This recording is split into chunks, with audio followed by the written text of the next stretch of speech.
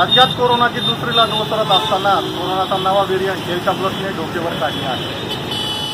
सध्या राज्यात कोरोनाचा नवा व्हेरियंट डेल्टा प्लसचे 21 रुग्ण आढळून आले आहेत। त्यापैकी एका रुग्णाचा मृत्यू झाला आहे। याच पार्श्वभूमीवर राज्य सरकारकडून सतर्कता बाळगण्यात आलेली आहे। राज्य सरकारकडून नवे निर्बंध लागू करण्यात आलेले आहेत। तर अहमदनगर जिल्ह्यात देखील खबरदारीचा उपाय म्हणून जिल्हा प्रशासनाकडून नवे निर्बंध लागू केलेले आहेत।